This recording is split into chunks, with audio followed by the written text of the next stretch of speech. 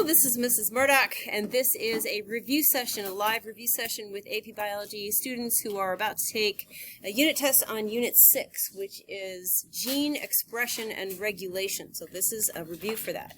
So the first thing I'm going to do is just go into the basics of DNA replication. DNA replication.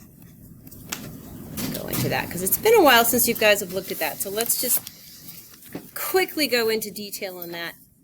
You should remember that certain terms go with DNA replication. You should remember that it is semi-conservative. Semi-conservative, which when I draw the picture, I think that will make it more clear. But every new DNA molecule is actually made of half old and half new, right? Because both of the unzipped pieces are used as templates for the new. DNA replication occurs prior to cell division, right? The purpose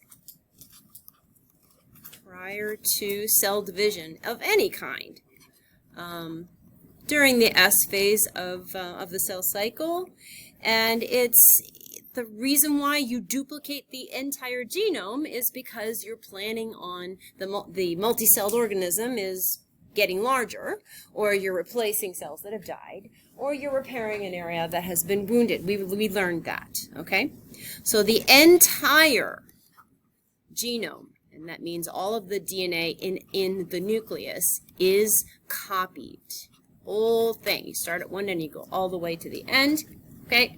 So if I were to draw a picture of that, a picture that would look a little bit like the things that you've seen in the book and you've seen in the Ed puzzles and all of that to help us remember it. I'm going to draw it like this, kind of like this, showing a open replication fork and the DNA ladder that hasn't been unzipped yet, right? And then the exposed template on both sides. Bless you. And I'm not really being tremendously neat about this. So let's say that this unzipped strand is the 3 to 5 strand, and this one down here is the 5 to 3, because we know there is anti-parallelism in a DNA molecule. Okay, that doesn't stop just because you've unzipped it. Both template strands have to be copied, both of them, okay? So, could we close that door, please? So, remember, and this is going to be true not just of DNA replication, but also of transcription. Anytime you have an enzyme, such as the DNA polymerase, right? The DNA polymerase enzyme that does the work of bringing new nucleotides onto an unzipped template, it's always going to read in the 3 to 5 direction and create new nucleotides in the 5 to 3 direction. We learned that, right? Okay. And there needs to be a primer here before DNA polymerase can get started and build the molecule. In this direction, going towards the replication fork, replication can be continuous. That's why you call this strand the leading strand.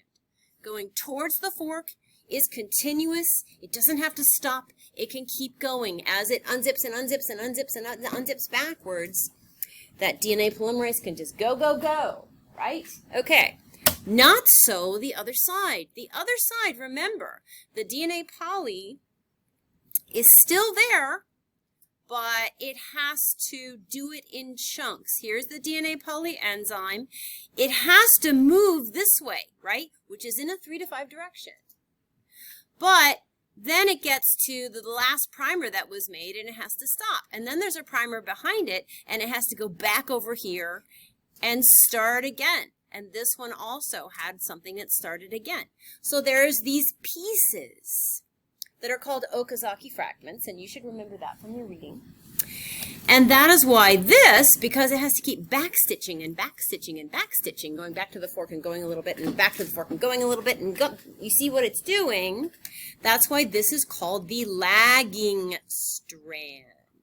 The lagging strand is still reading in a 3 to 5 direction, but because of the anti-parallel nature of the molecule, when it goes away from the fork, it has to do it in Okazaki fragments, in pieces, right? Okay.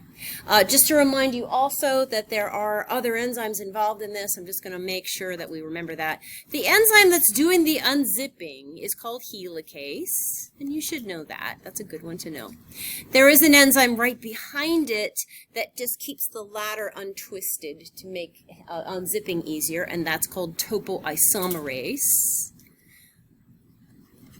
Topoisomerase, which is kind of like you know, a massage person that's opening up that ladder and making sure that it's ready to be unzipped. It's not all twisted up in the way, right? Okay. And there is a special enzyme here called primase, right, which is putting RNA nucleotides, just a few of them there, to get each strand started. You know that. And there also is a ligase enzyme that once you get rid of those RNA RNA pieces, which aren't supposed to be there, we don't want RNA in our DNA, right? Eventually there's a ligase that goes through and stitches it all together and makes sure that all of the nucleotides are connected, okay? So that's DNA replication. Happens in the nucleus in a eukaryotic cell. Okay, now let's go on to protein synthesis, just the basics of that. Protein synthesis. Okay, right. The first step of protein synthesis for any kind of cell is transcription. Transcription. Okay. And I'm going to draw the same picture because I think that's helpful. We can kind of compare how this is different from DNA replication. Right. Still have a DNA molecule that has become unzipped. And in this case, instead of a DNA polymerase enzyme, we have an RNA polymerase enzyme because we are going to create an RNA polymer, right? And the RNA polymerase enzyme, the nice thing about transcription is it's the only enzyme you need to remember because it does it all. The RNA polymerase enzyme is this giant thing. In your textbook, you'll see that it's a really, really, really big thing. This is RNA polymerase. And it unzips the DNA, it holds it open, and where it's holding it open, it's only going to use one side of the DNA. Let's say that this is, again, the 3 to 5 side here. We're going to make those ends just like we did before, right? And its job is to create a messenger RNA molecule using the DNA as a template. And since we'll go with, let's go down here and use this as your template strand, okay? Because it's going to move this way, and it can do that, right? So if it's going this way, it's reading in a 3 to 5 direction, isn't it? Yeah. So it's going to read this way, and it's going to go and make a messenger RNA molecule, right? And a very, very different situation than the DNA replication, because transcription, you're just going to use a very small part of the genome. You're just opening up one area of the DNA strand that has the gene you want for the protein you want. You're going to make your messenger RNA transcript, and then you're going to break off and you're done, right? So the product here is not the entire genome. The product is a very short messenger RNA molecule. And I also want to point out, remember that transfer RNA and ribosomal RNA also come from genes on the DNA. Don't forget that. We often forget that. All those transfer RNAs floating around that are carrying the amino acids, the ribosomal RNA that folds itself up and makes the ribosome structures, also comes from the same process. So don't forget that. There are genes for transfer RNAs. There are genes for ribosomal RNAs. Sometimes that's the product. That's it.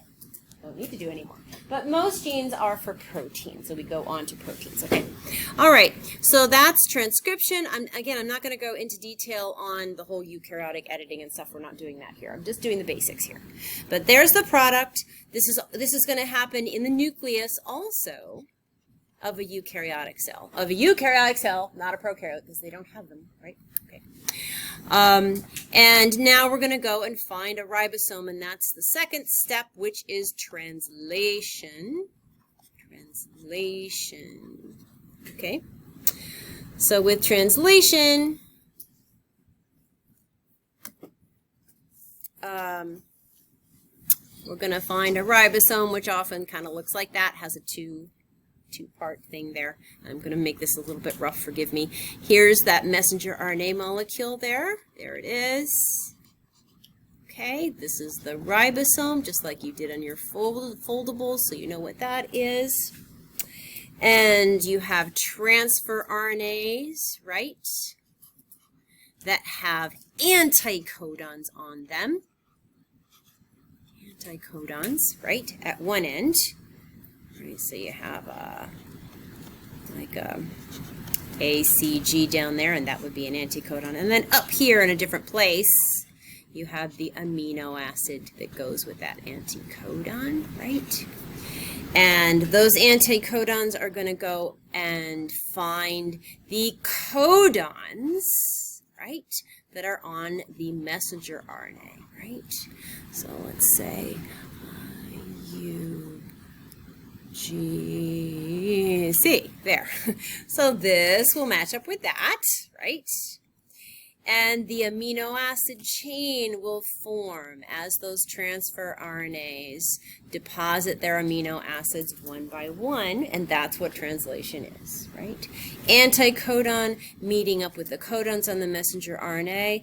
By the way, the triplets that are on the DNA are also called codons, okay? And you have a product, which is a polypeptide. That's all you can call this. You can call it a polypeptide. It's not a protein yet. It has to be folded and functional groups added to it before it's finished, right? So it gets folded and processed, and then you have a finished protein. And that is, that's the bare bones basics of DNA replication and protein synthesis. Okay. All right. That's all I wanted to say about that. And I hope that was helpful.